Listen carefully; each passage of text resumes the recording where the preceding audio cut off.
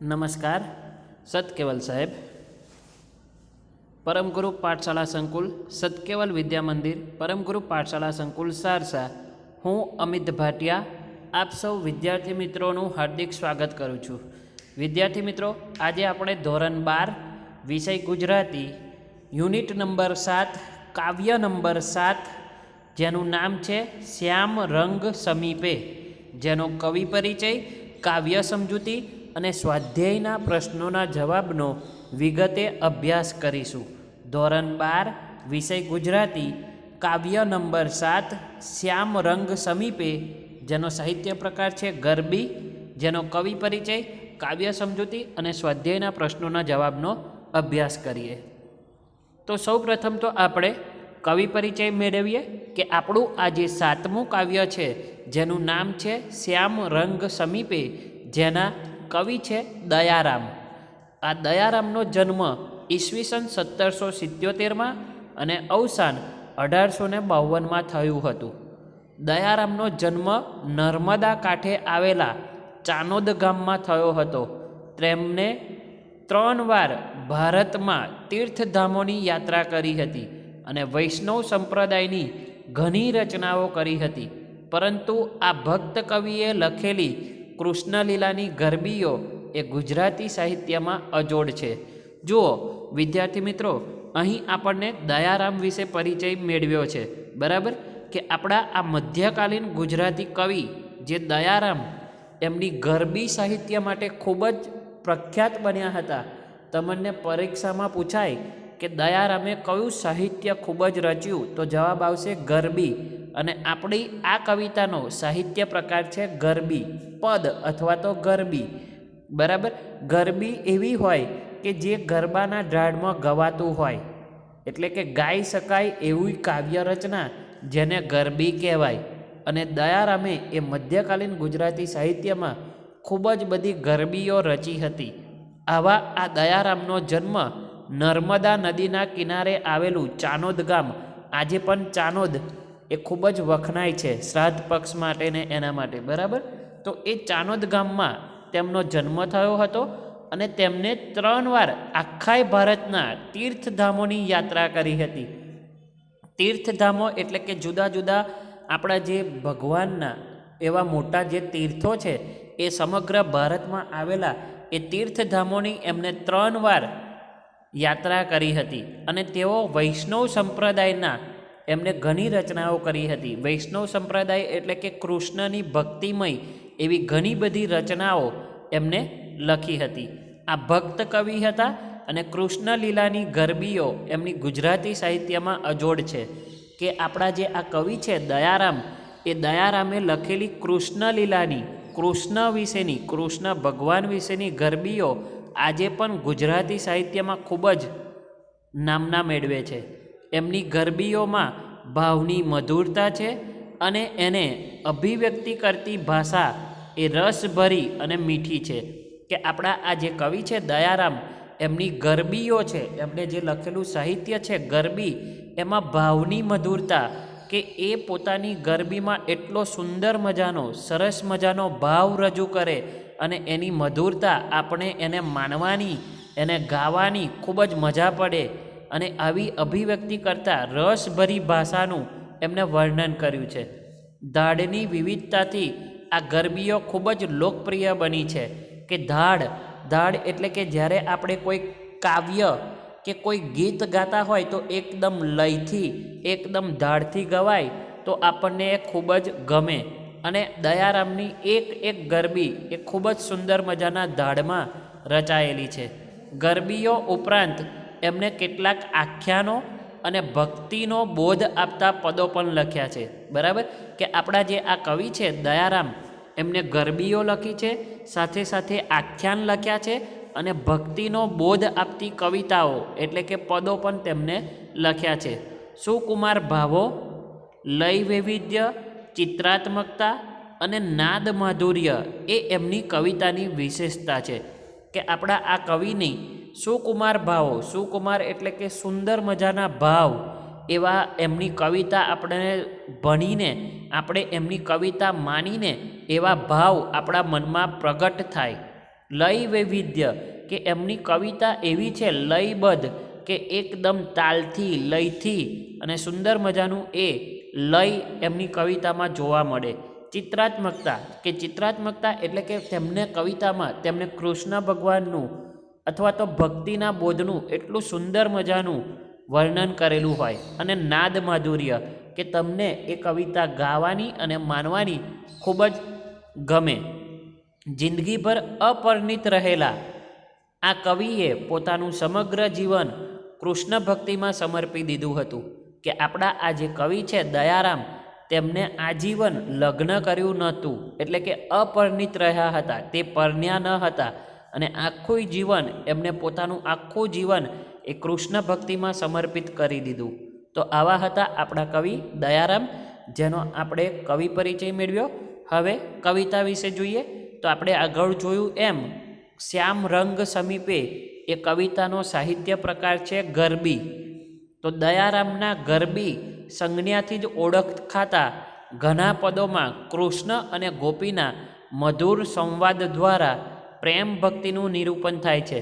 આપણે આવી કૃષ્ણ ભગવાનની કવિતાઓ ઘણી બધી ભણી ગયા છે. નરસિંહ મહેતાની, મીરાબાઈની, બરાબર, પ્રેમાનંદની.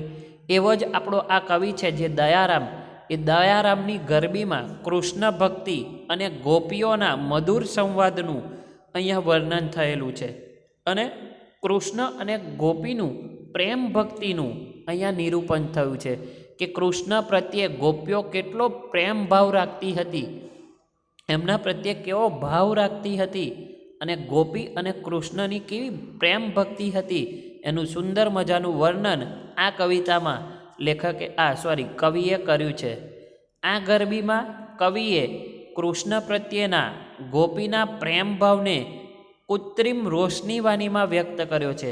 કે આપણી આ જે ગરબી છે શ્યામ રંગ સમીપે, એમાં કવિએ કૃષ્ણ ભગવાન પ્રત્યેની ગોપીનો જે પ્રેમ ભાવ છે એ કૃત્રિમ રોષ એટલે કે ખાલી દેખાવા પૂરતો એક રોશની એટલે કે ગુસ્સાની વાણીમાં એમને વ્યક્ત કર્યું છે કે ગોપીનું મન કૃષ્ણમય હોવાથી તેને કાળા રંગની વસ્તુઓમાં કૃષ્ણ દેખાય છે અને તેથી જ તેનો ત્યાગ કરવાનો ગોપી સંકલ્પ કરે છે.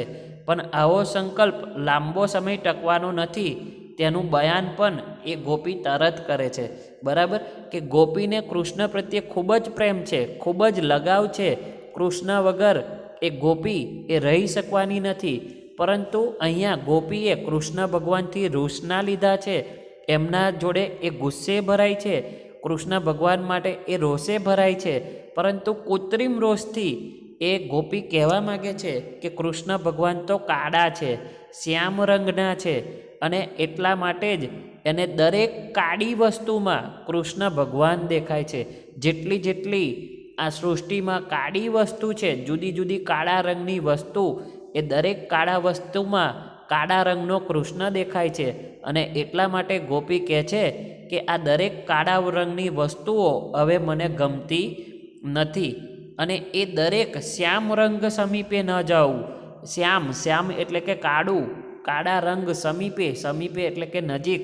એટલા માટે ગોપી એક સંકલ્પ કરે છે, નિર્ણય કરે છે કે હવે પછી હું કોઈ પણ શ્યામ રંગે એટલે કે કાળા રંગની નજીક જઈશ નહીં, કેમ કે દરેક કાળા રંગમાં જે કાળા રંગનો કૃષ્ણ છે એ મને દેખાઈ રહ્યો છે.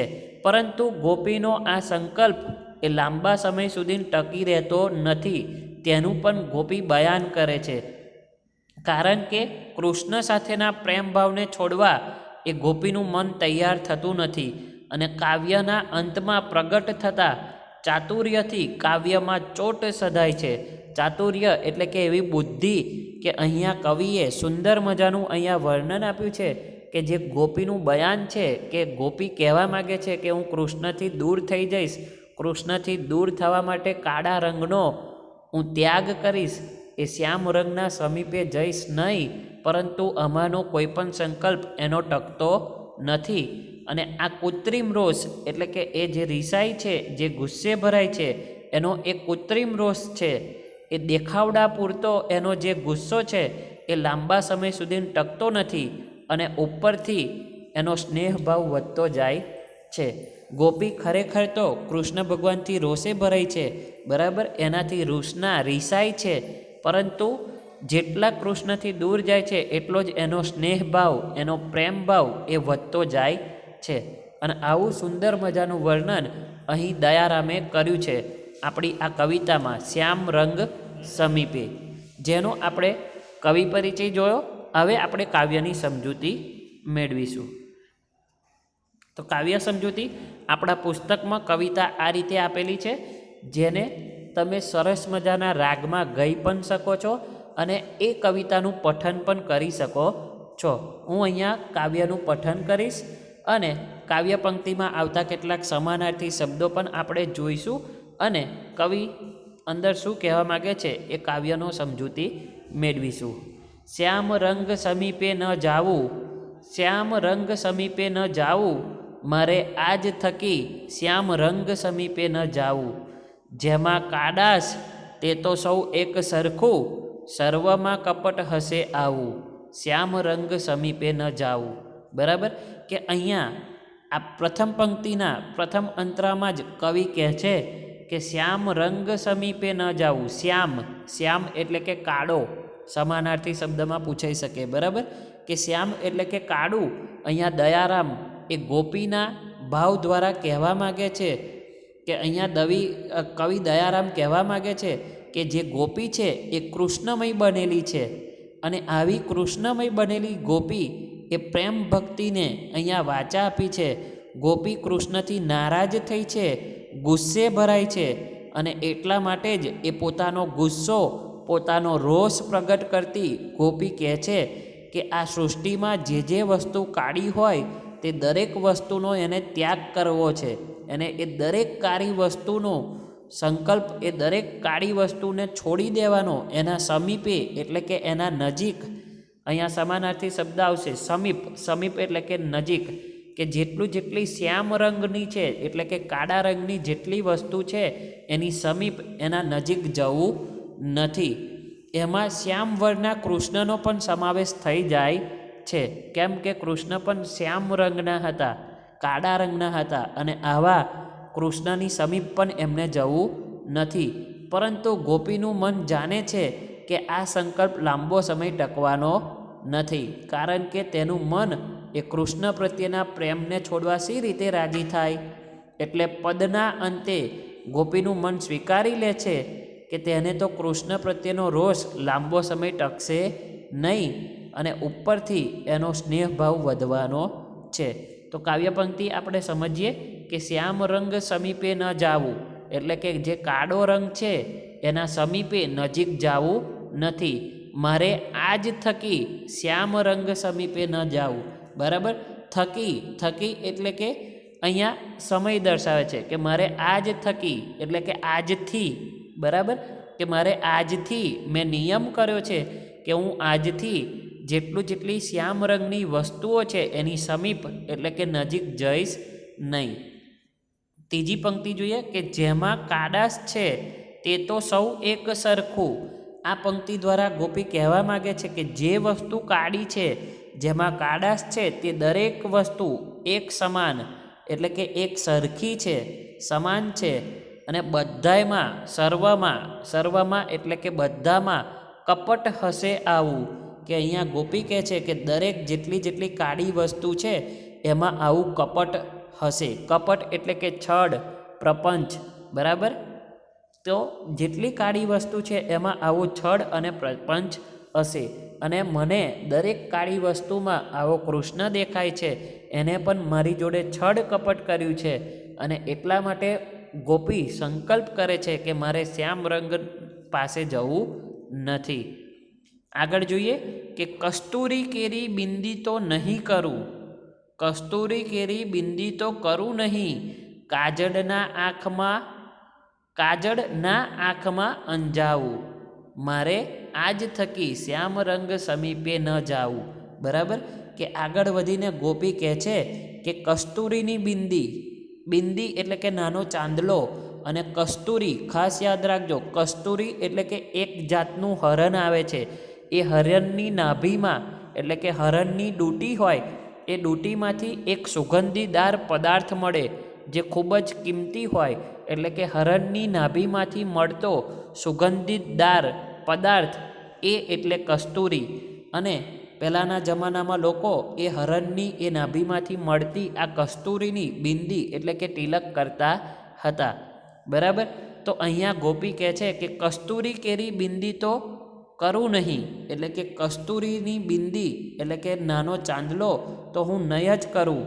અને કાજળ, કાજળ એટલે કે મેસ, બરાબર, આંજન, આપણે આંખમાં જે મેસ આંજીએ છીએ એ કાળી હોય, એ કાળી મેસ એ આંખમાં ન અંજાવું, કે જે કાળી મેસ છે એ કાજળ છે એ આંખમાં હું અંજાવીશ નહીં.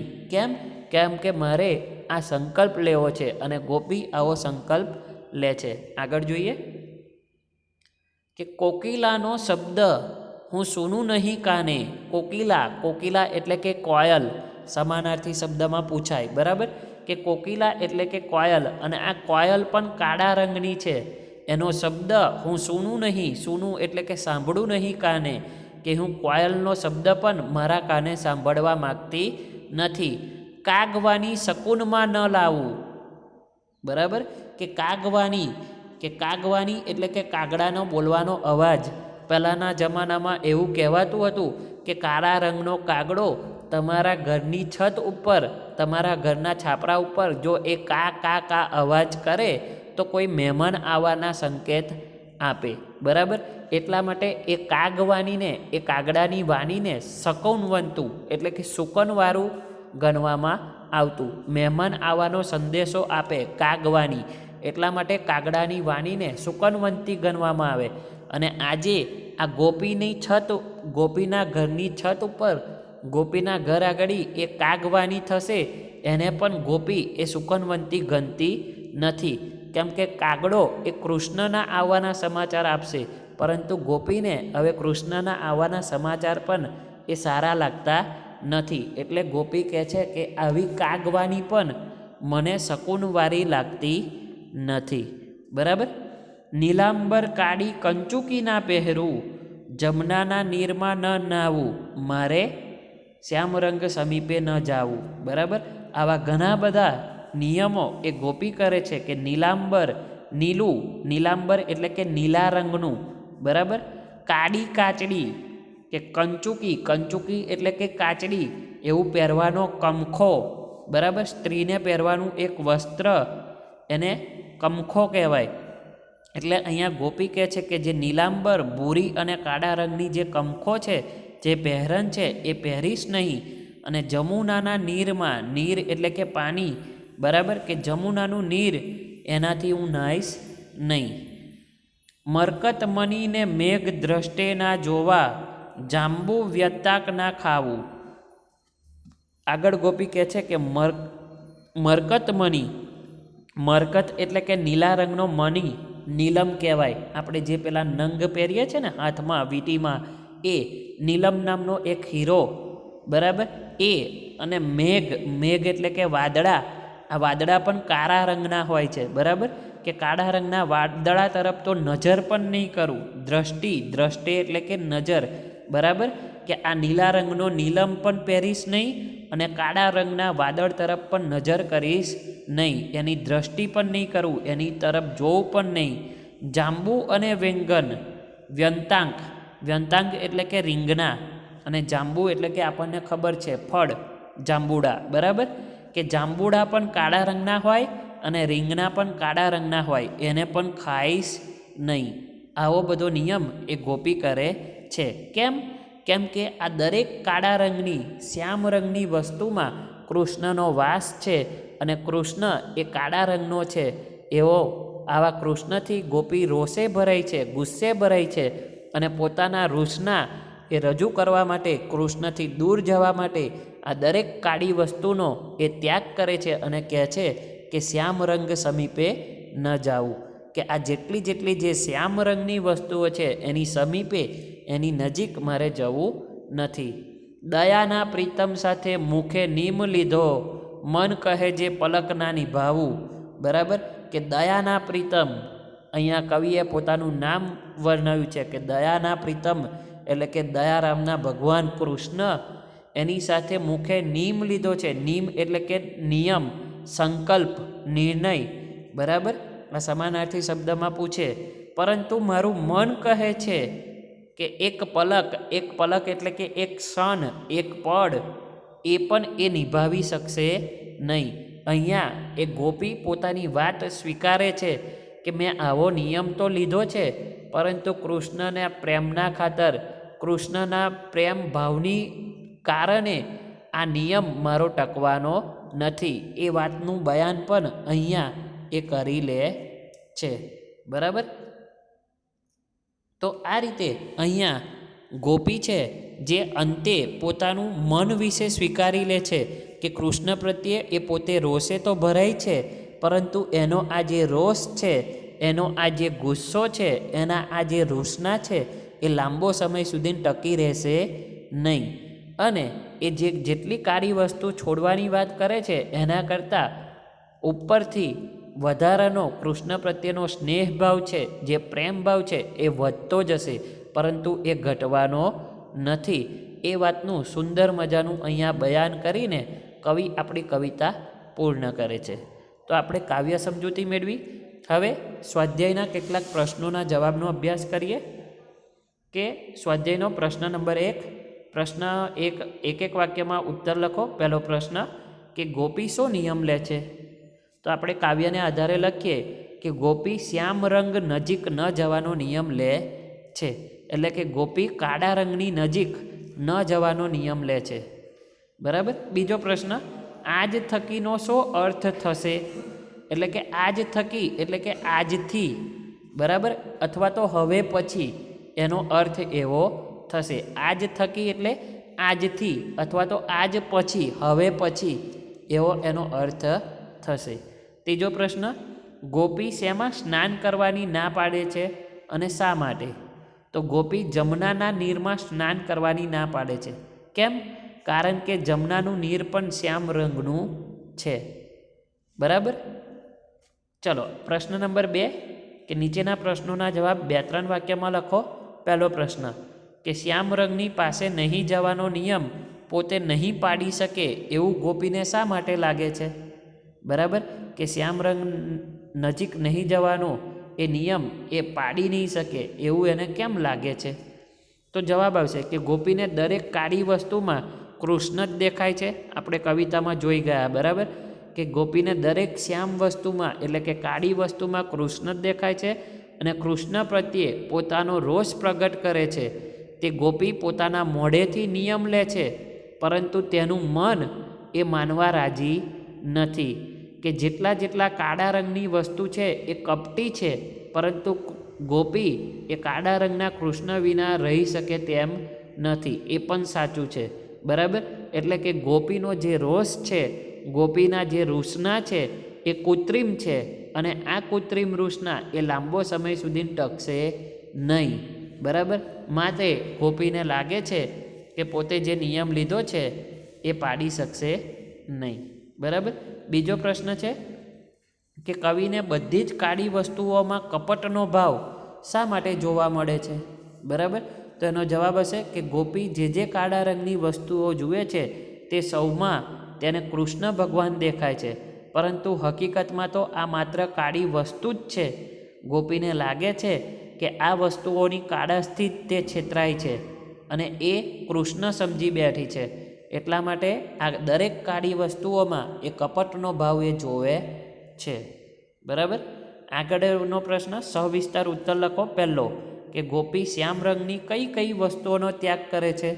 તો આપણે કવિતાના આધારે આનો જવાબ આપી શકીએ કે ગોપી શ્યામ રંગની વસ્તુઓમાં શ્યામ રંગના કૃષ્ણ, કસ્તુરીની બિંદી, આંખમાં આજવાનું કાજળ, કોયલનો ટહુકો, સુકનવંતી ગણાતી કાગવાની કાળી કંચુકી એટલે કે સ્ત્રીને પહેરવાનું વસ્ત્ર, જમુનાનું નીર, મરકતમણી, કારા વાદળા, જાંબુ અને વંતાક એટલે કે રીંગણા, આ તમામ કાળી વસ્તુઓનો ત્યાગ કરે છે.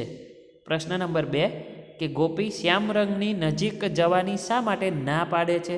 તો આપણે આ પણ કવિતાના આધારે જવાબ લખી શકીએ કે જે કાળા રંગની વસ્તુઓ છે એ બધી જ એક સરખી દેખાય છે. જેમાં કાળાશ હોય છે એટલે ગોપીને એ કાળા રંગની વસ્તુમાં કાળા રંગનો કૃષ્ણ દેખાય છે અને એટલા માટે આ વસ્તુઓની નજીક જવાની ના પાડે છે.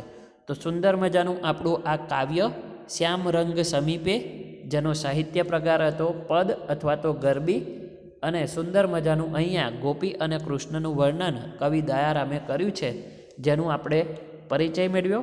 તમે પણ આ કવિતાને વધારે માનજો અને એને વિગતે અભ્યાસ કરશો. નમસ્કાર, સત કેવલ સાહેબ.